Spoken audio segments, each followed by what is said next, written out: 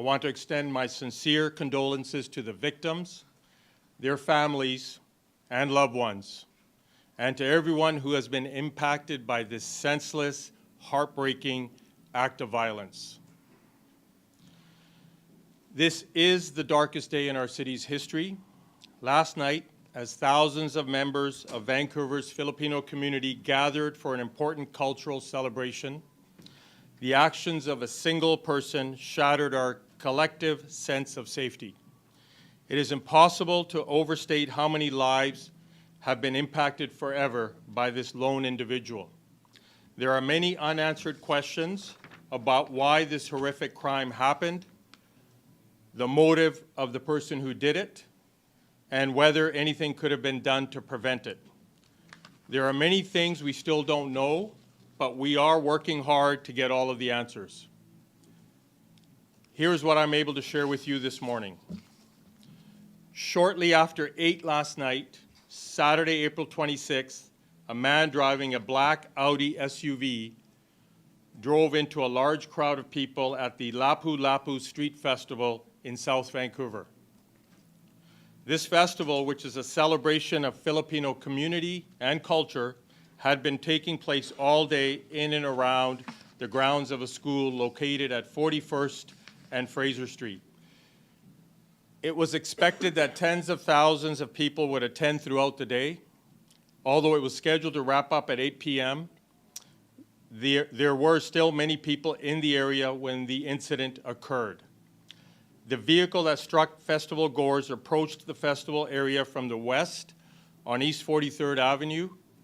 It entered a small crowd enclosed area and drove through the crowd. There were hundreds of festival goers still on the street, and multiple people were struck by the vehicle. There are now 11 confirmed fatalities. We believe dozens more are injured, some seriously, and the number of dead could rise in the coming days or weeks. The most critically injured were transported by ambulance to 9 different hospitals throughout Metro Vancouver, and we want to extend our profound gratitude to all of the medical professionals who have worked throughout the night to care for the victims. The driver of the vehicle was the lone occupant, and he was arrested at the crime scene by members of the Vancouver Police Department after bystanders and witnesses intervened to detain him. He remains in custody. While I'm not prepared to speak about the potential motive, I can now say with confidence that the evidence in this case does not lead us to believe this was an act of terrorism. I can also tell you that the person we have in custody does have a significant history of interactions with police and healthcare professionals related to mental health. I am unable to publicly identify the person who is in custody because charges have not yet been laid. Homicide investigators are currently presenting evidence to Crown Counsel, which is the independent authority in British Columbia to lay criminal charges. We will provide additional information once the charge approval process is complete. More than 100 Vancouver police officers are currently working on this case.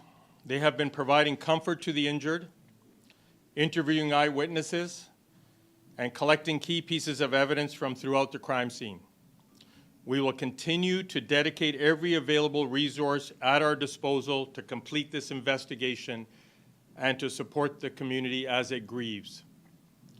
It is hard to make sense of something so senseless, and I know there are questions about whether this tragedy could have been prevented. The Vancouver Police Department worked with the City of Vancouver to conduct a risk assessment prior to the Lapu-Lapu Festival. The majority of activities associated with the festival were taking place on the grounds of a high school, which is not directly accessible via public roadway. The only public roadway that required partial closure was on a minor street behind the high school. And this area was designated for food trucks. And there were no known threats to the event or to the Filipino community. We review over 3,200 events every year and assess the risks with city partners. This event was no exception.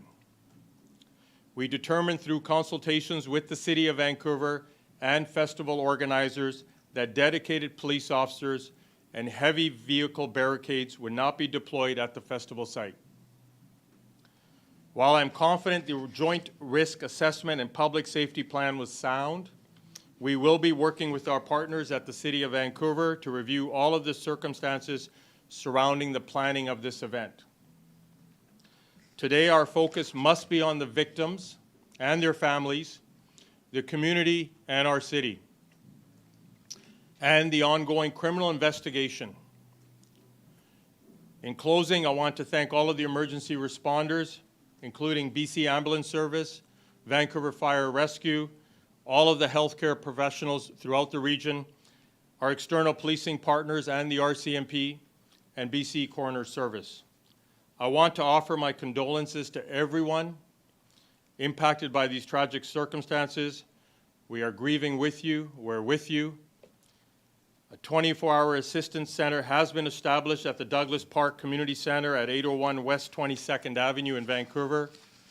Police officers and victim service professionals have been deployed to help anyone and all who have been impacted, and we offer that you contact a loved one who is at the festival if they need assistance. If you're not able to attend in person, please call 604-717-3321 and Victim Liaison Officer. I want to acknowledge everyone in the Vancouver Police Department who serve our community. Thank you, and I'll now take some questions. Is the suspect speaking to police? Are your officers able to have a conversation with them? We have, police have spoken with the individual, yes. Is he currently in a secure hospital ward, or is he actually in cells? He's in our custody with us in a secure cell. What do we know about him? Is he a Vancouver resident? Can you share anything about his nationality? Is he from here? Is his family from here? Have you been in contact with his family? What can you tell us about that? We would have been in contact with the family. He is, like I said, we have had interactions with him. So he's known to us. And I have to be respectful of the criminal prosecution process coming forward. So I'm comfortable telling you that we're familiar with him. He's in custody. And obviously his family, we would have been in touch with them. I know you can't really elaborate. Just asking one more time if you can tell us that most of the interactions were due to mental illness, mental health calls, or criminal issues, convictions. I'm going to stick to the prepared statement. We've had a substantive contact with them over mental health issues. Why is it that, I can understand that you did a safety assessment, but if you're still expecting tens of thousands of people, there's still some exposure on a minor street, why wasn't there more of a presence and more of a proactive way to kind of prevent something like this from happening, considering we have seen it in other cities?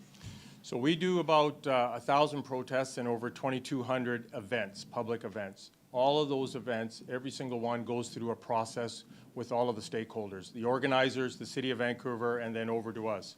So jointly, we assess that. This particular event did not have any indicators that we would need to do anything that we would have done for any other community festival. Now, this festival last year, this is the second year of this festival, had absolutely zero issues with police. There was no elements that required a change for this year. We're mindful of the community's how they want to conduct the festival. It's a family children event, and none of the indicators were there to do anything to a higher threat level. Can you tell us about the victims, their ages, their genders, whether their families have been notified?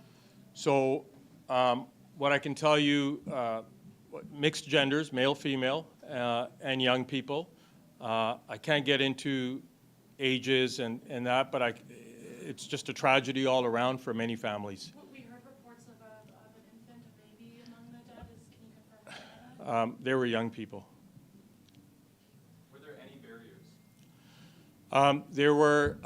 We're reviewing that. So like I said, the actual event was occurring in a closed area of that high school.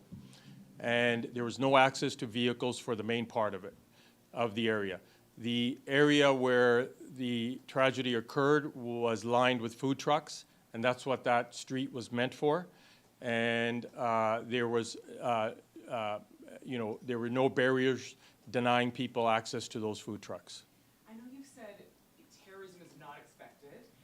Was this event targeted? Do you know why it was this event that this person drove a vehicle into?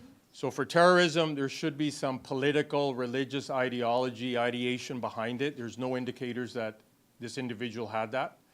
And obviously the history we have with him leans towards that there wasn't any other indicators.